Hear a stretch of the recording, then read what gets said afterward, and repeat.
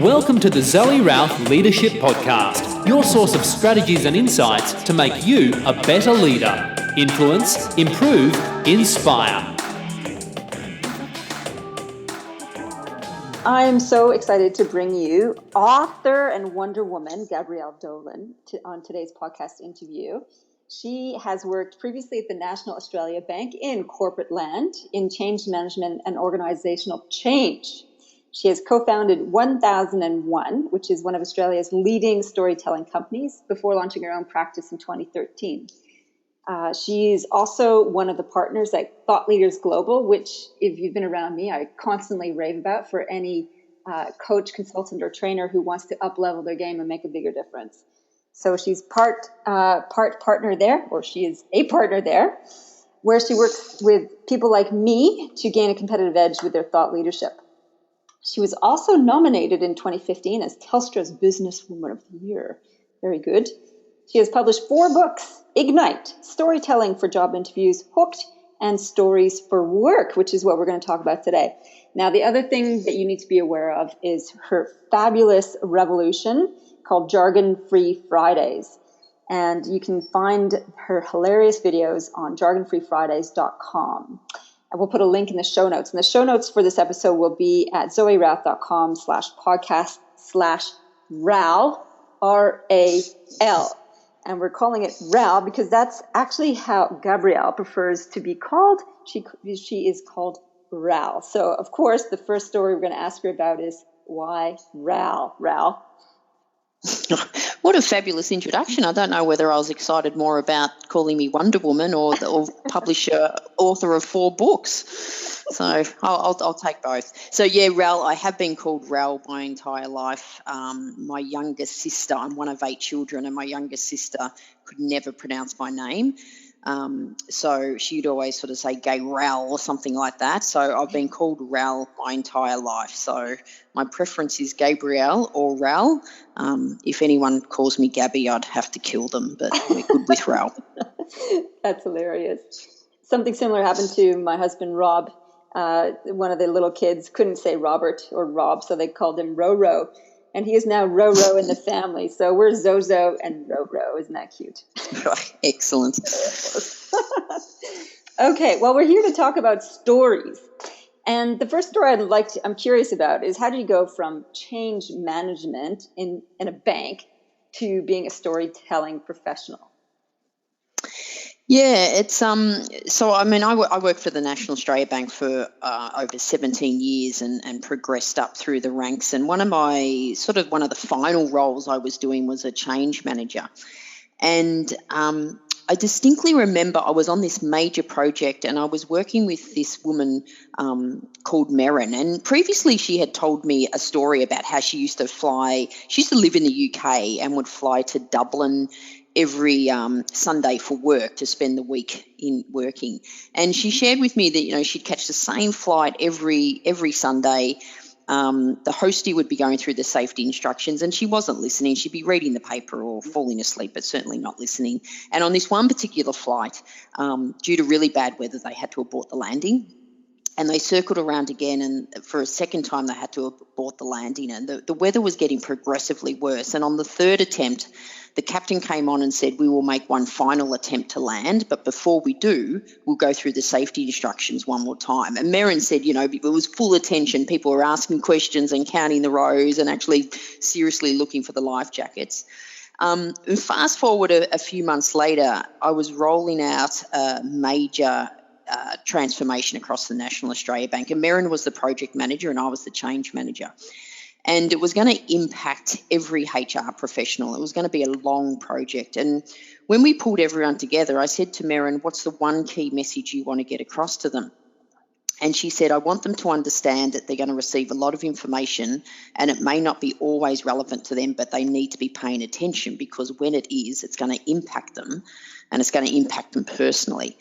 And I suggested to Merrin to share the story about flying into Dublin. And at first she was a little bit reluctant, going, "What has that got to do with anything?" And I said, "Yeah, it's on message." And so she did share the story with the HR professionals. And it was probably the first time in my life that I sat back and observed the power of someone sharing a personal story to get a business message across. And not only the impact that had immediately on the people in the room, but 6 months, 12 months later, people were still referring to that story. So I just, from that moment, I guess it was a bit of a sliding doors moment for me, because I just realised that there was power in sharing personal stories in a business context.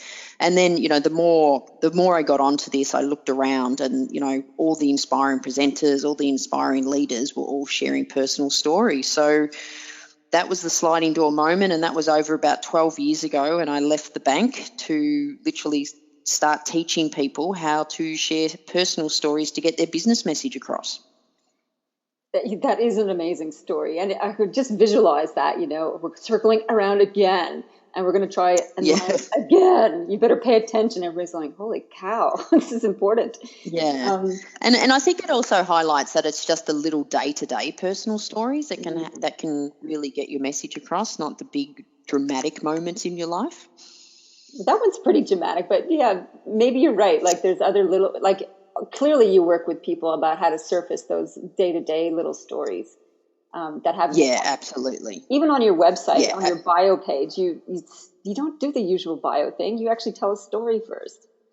I've sort of got to, don't I? I sort of one of the pressures of being, teaching people storytelling is you absolutely have to role model storytelling. But so I've tried to put a story in the About Me page. Yeah. There's a growing trend of people to change their About Us page on websites to Our Story, and I get in and look, and 9 times out of 10 there's no story at all. So just calling something a story doesn't make it a story. Yeah, it's more like, and this is what we did anyway over the last 12 years. Yeah. Yeah, absolutely. It's a timeline. It's not a story. Right. So obviously you've built a very successful business based on the premise of teaching organizations and leaders how to tell stories. Is it becoming more of a thing? Like, what's your sense around storytelling as a professional tool these days? Yeah, look, it absolutely is becoming a thing. When I started 12 years ago, selling storytelling into CEOs and senior execs and corporate Australia was a pretty hard gig.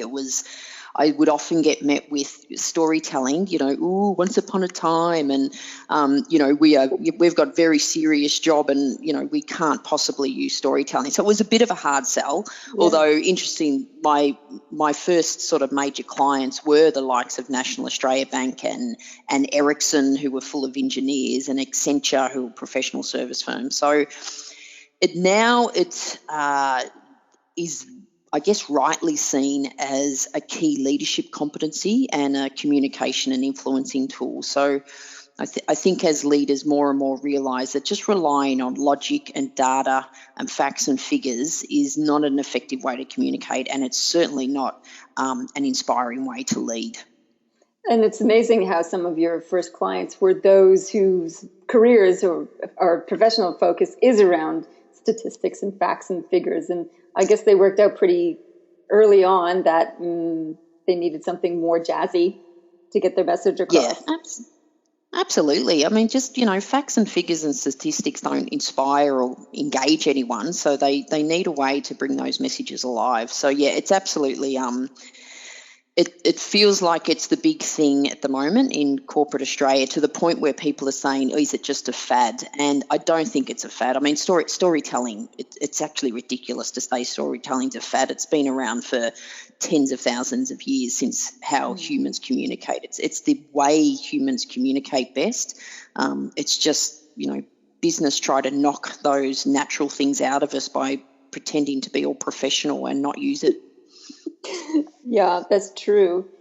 And so I'm curious then, like you describe it as a leadership competency. And one of the things you just mentioned is using stories to inspire and engage. How else would you use stories as a competency? Yeah, look, storytelling has so many applications. So once I found that once people learn the skill, and it is a skill, it's even though we as humans we're hardwired to tell stories and we share stories all the time in our private life, there's a real skill in doing it effectively in business.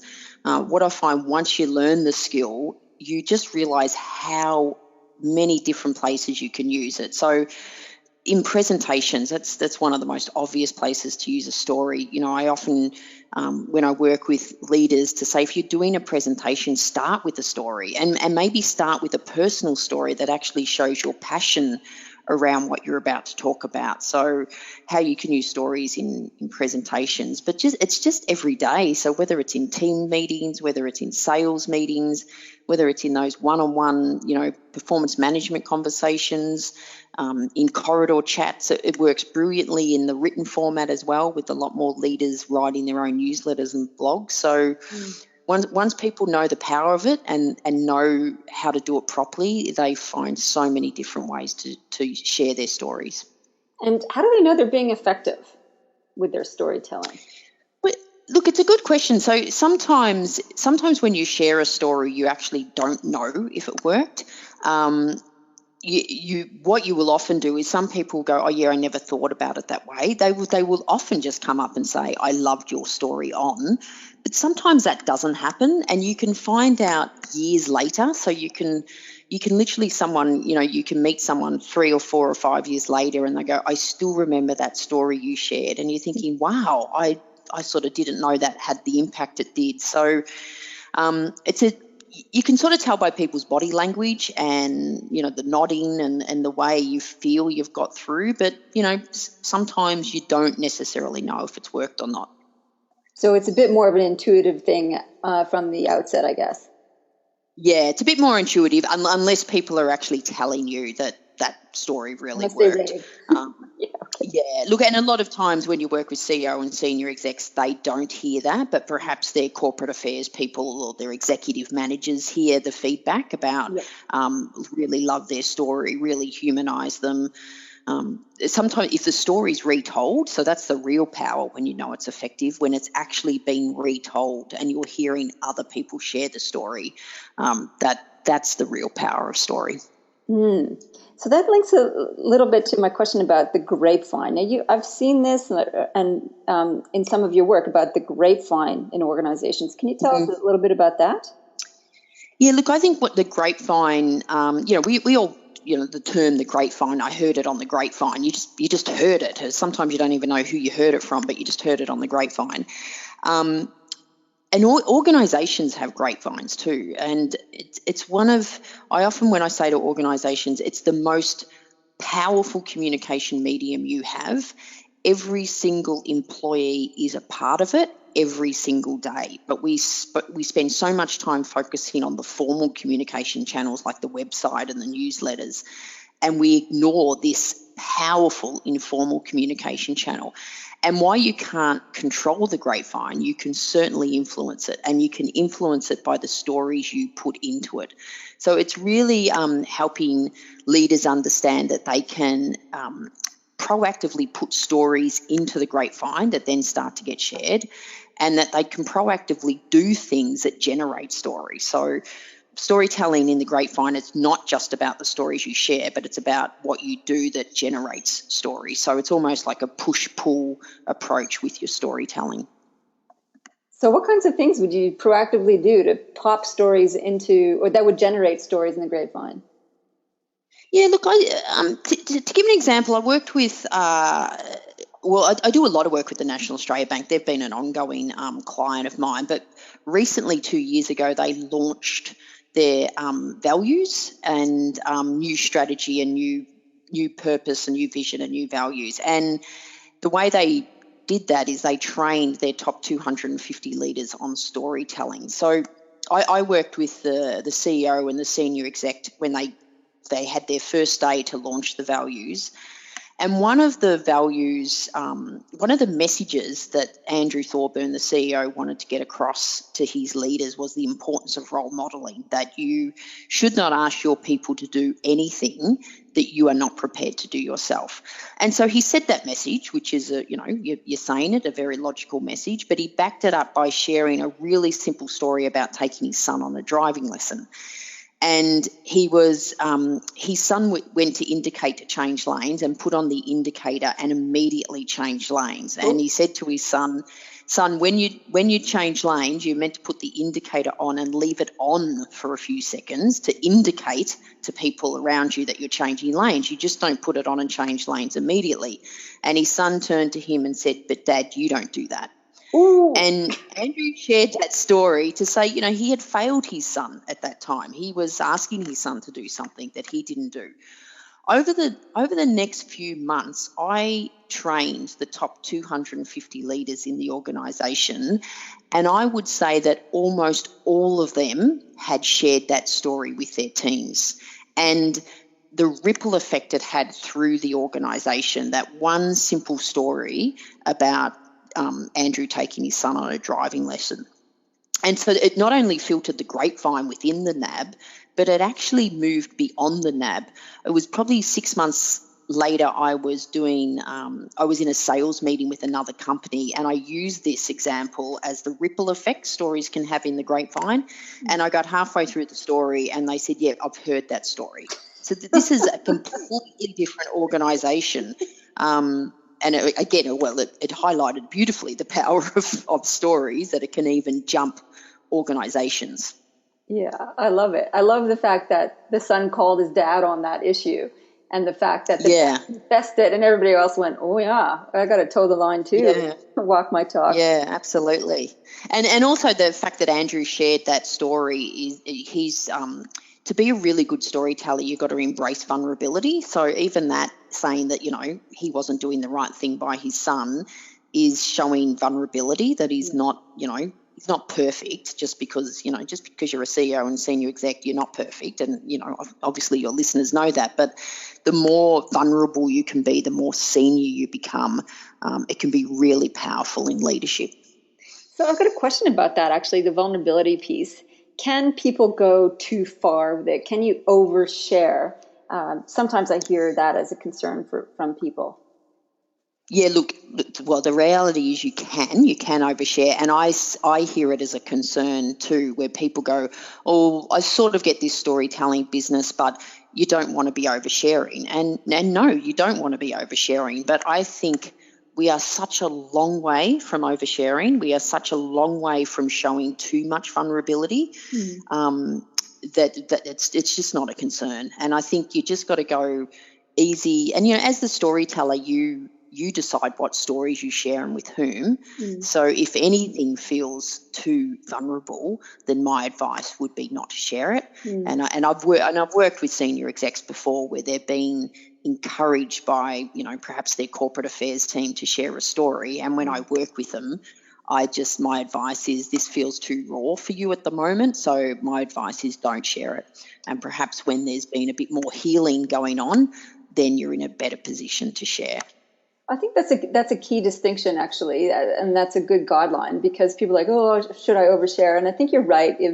If people are still working through their own trauma and emotion, if they share that, then it can actually be manipulative on the audience.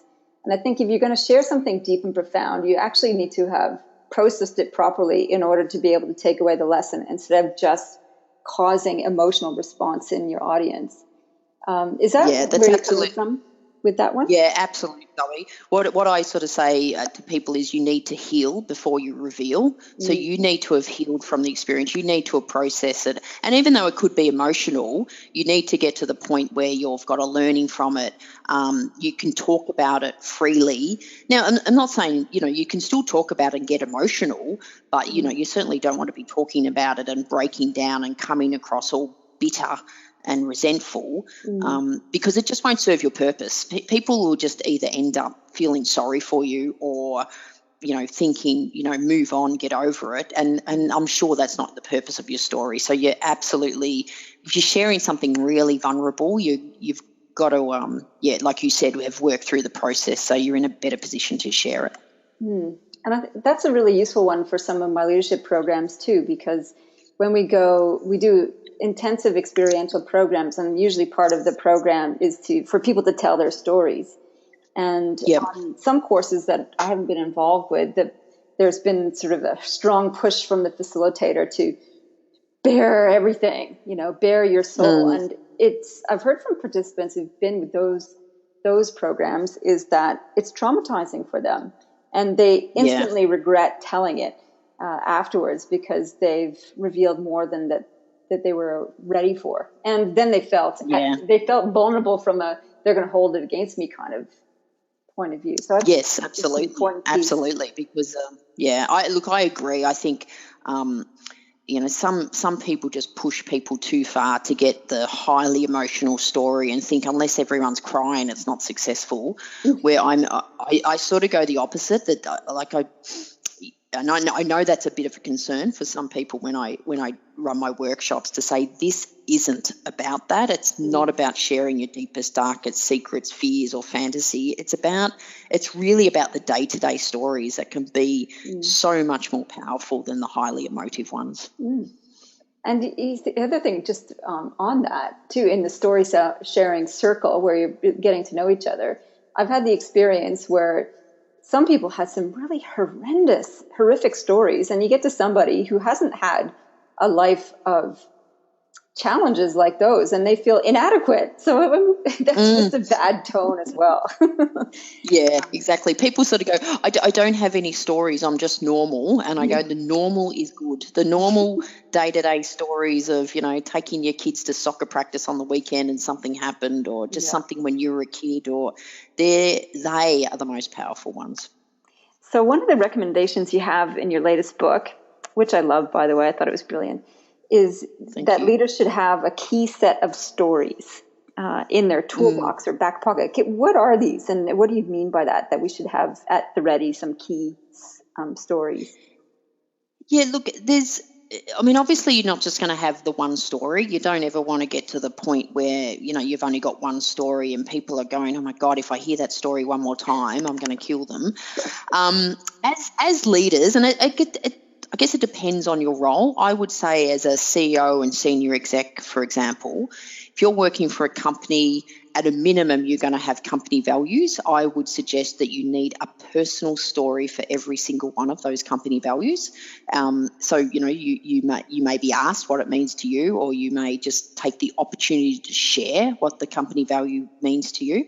So I do a lot of work with organisations of how they bring their company values alive by the leaders sharing personal stories. So they're ones I would definitely say you need. It could be around, if you're going through significant change, you should have a story around change, and again, personal stories around this. If you find you're coming up against the same problem over and over again, and you feel like you're hitting your head against a brick wall, then have a story for that. So as your messages evolve, you need to keep building on your stories, and so you need a variety of stories, and not just some might be really personal, some might just be day to day, some might be a little bit longer, some may be really quick and short. So just trying to build up a suite of stories that you can use, that you got ready, and when you get asked the question or you find yourself in that situation, you can go, actually that reminds me of a time, and you go into your story. So how do you do that? How do you get people to think about their experiences and think of them as like, oh, this is applicable to my organizational company? Yeah. How do you make that link from living your life day to day and going, that's a useful piece? Yeah. Look, one of the things I suggest people do is, as a bit of a homework after my storytelling training, is to get a blank piece of paper and literally, and I suggest give yourself a good 30 minutes for this. Don't rush this process. I always find this is best done over a glass of wine, but, each to their own. Cup of tea would be good. And literally just with a blank piece of paper in front of you, from your earliest memories, just write down everything that comes to your mind, and don't analyze it thinking, oh, why have I thought of that? Just put it down, and it's like a brain dump of your life, and you'll have some significant things in there, moving country or getting married or giving birth or deaths in your family, but it'll be other things that just come into your mind, like falling off your bike when you were 8 and breaking your leg, or getting in trouble for fighting with your best friend in grade 2, and it's just all these random things will come, and the idea is you just put them down and they become a brain dump. So in a week's time or a month's time or a year's time, you need to find a story on what agile thinking means to you, for example, or teamwork, you look at the list and I can almost guarantee you'll find a story in there. So that's one way to do like a brain dump of your life to now. And then what I know for absolute sure is after people have done my training and experienced the power of these personal stories, they just start to spot them in their day-to-day life. Things will happen and you'll just go, I could use that. I'm not sure when I'm going to use it at the moment, but I know I could use it. And you just start filing them away. And literally filing them like in an Evernote file or a journal or something. Yeah, well, either, and I do suggest that. So, file away in your head, but they'll be easily forgotten. I actually just write them down in the back of my notebook, and I'm not writing down the whole story. I'm just, writing down one or two words or a sentence that I know will remind me of the story. Although I do when I work with leaders and give them the skill, I do encourage them to write out their stories as part of the skilling process first. Yeah, right. Okay. So they're developing the flow and sequence and the nuance of the storytelling. Yeah, because then when they practice, they can see, that was too long, or that bit really wasn't relevant to the purpose, so I should take it out, and they can really get the just get it really succinct, because they've got to be succinct.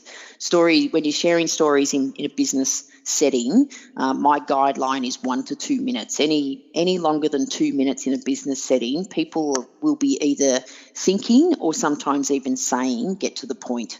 So there's got to be a real discipline when you share stories in business. So I'm curious, because you've done this training with lots and lots of leaders, when I'm speaking to leaders who are nervous about public speaking and even just sharing in meetings, and then we suggest that they need to tell stories, I would imagine, and this may or may not be your experience as well, that they get even more troubled by that. It's like, oh, now I have to be a storytelling professional as well as actually speak up. How do you help people overcome that fear? Yeah, look, there's sort of two ways people can go, and they can actually go these same ways at the same time. Sometimes sharing, when you're about to share a personal story, you can actually feel quite anxious about it, because you're thinking you're sharing something of yourself, which, takes a little bit of courage, even though it might not be a big major thing.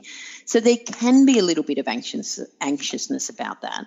But what I also find is when people doing presentations, when they get to the point where they're sharing their story, they just come alive, and they're, because when you tell a story, you're just not retelling it, you're reliving it. So you relive all the emotions. So I can see some, presenters and speakers that I guess you would sort of, you don't want to say they're boring, but they're probably a little bit bland and matter of fact and very logical, and then they share their story and they just come alive when they share their story. So it's it can be a little bit anxious, but once they've experienced the power of it, I feel they get over that anxiousness really quickly.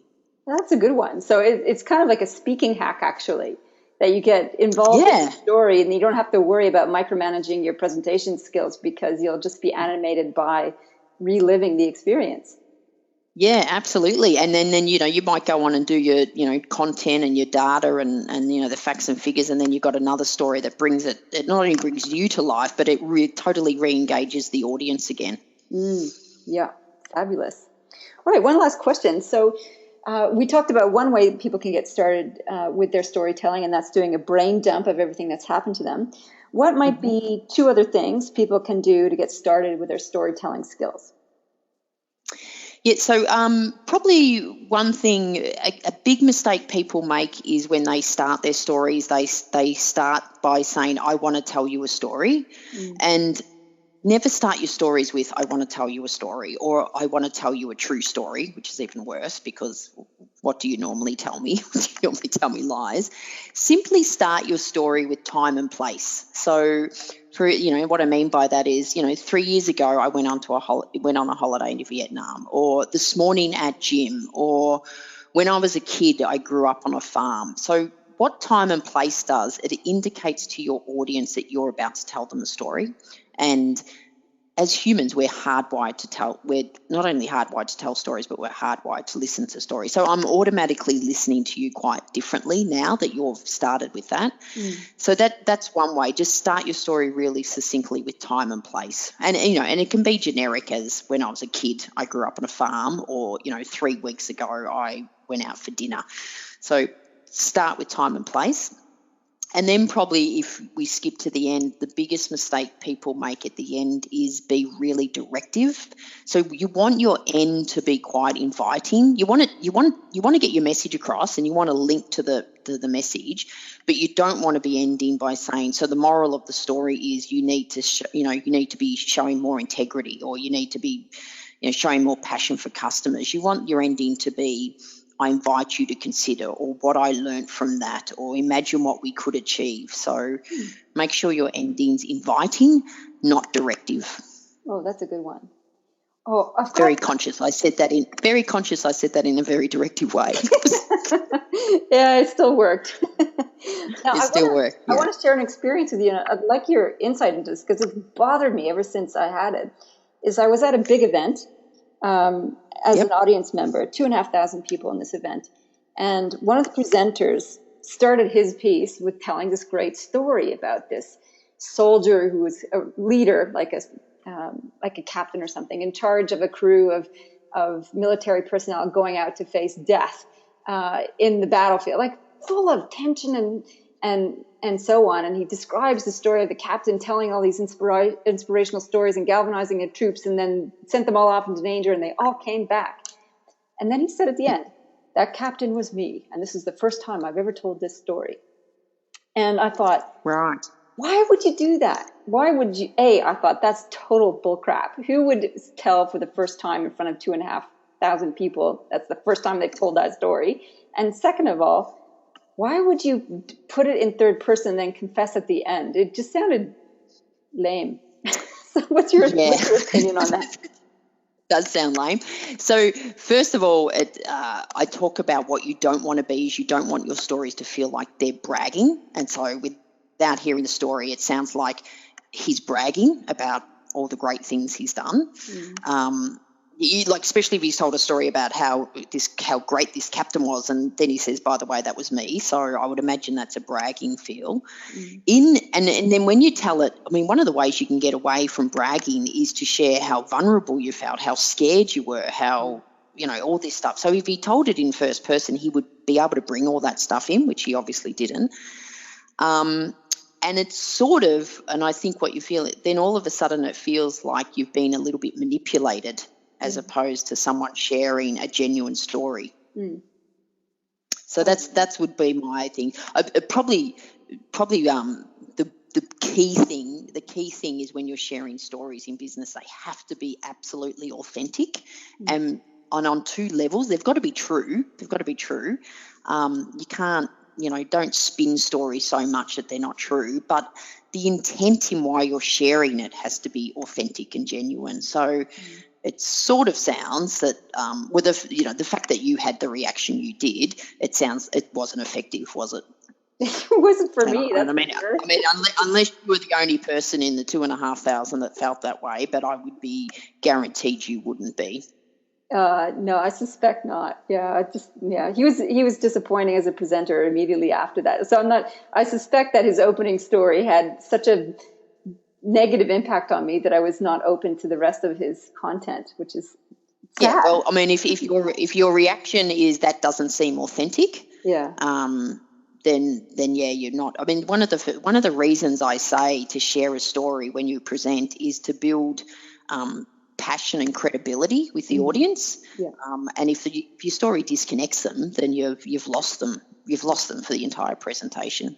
Okay. Well, that's awesome. Thank you for debriefing that with me. I feel much more au fait with what happened now. It's not you, it's him. Good summary. Ral, thank you so much for your insights and wisdom today. I really appreciate it. And your book, Stories for Work, The Essential Guide to Business Storytelling, where can people go and grab a copy of that? Look, it's in all the major bookstores around the country, but it's also available on all the online, Amazon and all the other online stores. So that's probably the best place to get one. And if people want to come and check out your corporate workshops on storytelling, they can go to GabrielleDolan.com. Is that right? Yep, in there, all the information on the workshops are there. So, and happy to obviously have a chat if the people just send inquiry, have a chat to find out what their needs are, and if I can add value, that would be brilliant. And I'll post those links on the show notes at zoerouth.com/podcast/Ral, RAL. I love the /Ral. Yep. Thanks, Ral. Have a great day. Yeah, you too. Thanks, Zoe.